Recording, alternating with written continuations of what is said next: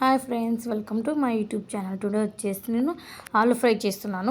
ముందుగా పొయ్యి వెలిగించుకున్నాను. తర్వాత పొయ్యి పైన ఫ్రై ప్యాన్ పెట్టుకొని అది ఫ్రై ప్యాన్ వేడైన తర్వాత కొద్దిగా ఆయిల్ వేసి ఆయిల్ వేడైన తర్వాత ఆయిల్ వేస్తున్నాను. తర్వాత తాలింపు గింజలన్నీ వేస్తున్నాను. మినపప్పు, కందిపప్పు, మినపప్పు, శనగపప్పు, ఆవాలు, జీలకర్ర వేస్తున్నాను తగినంత. తర్వాత ఎండుమిర్చి కూడా వేసుకుంటున్నాను.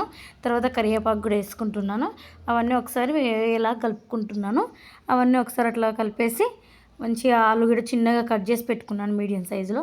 అవి కూడా ఒకసారి మంచిగా దానిలోని కడిగేసి టూ టైమ్స్ వాష్ చేసుకున్నాను. ఇందులో వేసేస్తాను. కొద్దిగా సాల్ట్, కొద్దిగా పసుపు వేసుకుంటున్నాను. చూడండి, అవన్నీ సాల్ట్ అన్నిటికీ, పసుపు అన్నిటికీ పట్టేలా కలుపుకుంటున్నాను.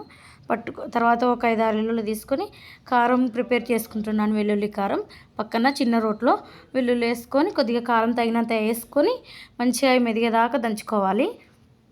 అలా దంచుకున్న తర్వాత పక్కన పెట్టుకోవాలి. మంచిగా వెల్లుల్లి ఎంత ఎక్కువ వేసుకుంటే అంత టేస్ట్ ఉంటుంది, మంచి ఫ్లేవర్ పడుతుంది ఆలు ఫ్రైకి. అందుకని కొద్దిగా ఎక్కువనే వేసుకున్నాను. మీరు కూడా చూడండి.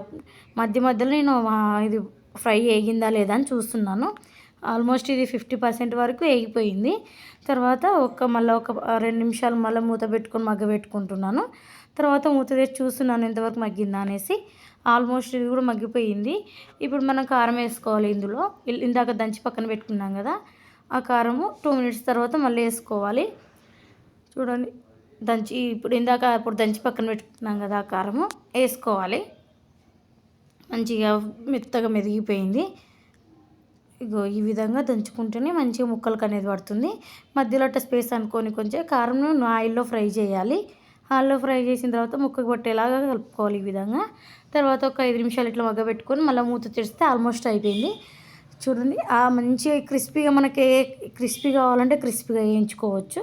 కొద్దిగా చపాతీలోకి కలిసేలాగా, అన్నంలోకి కావాలంటే ఇట్లనే ఉంటుంది. ఇట్లా చేసుకుంటే సరిపోతుంది. చాలా టేస్ట్ ఉంటుంది. 3 డేస్ అయినా బాగుంటుంది. నచ్చితే లైక్ చేయండి, షేర్ చేయండి, సబ్స్క్రైబ్ చేయండి. Please watch it. ఒక్క లైక్ చేయండి ప్లీజ్.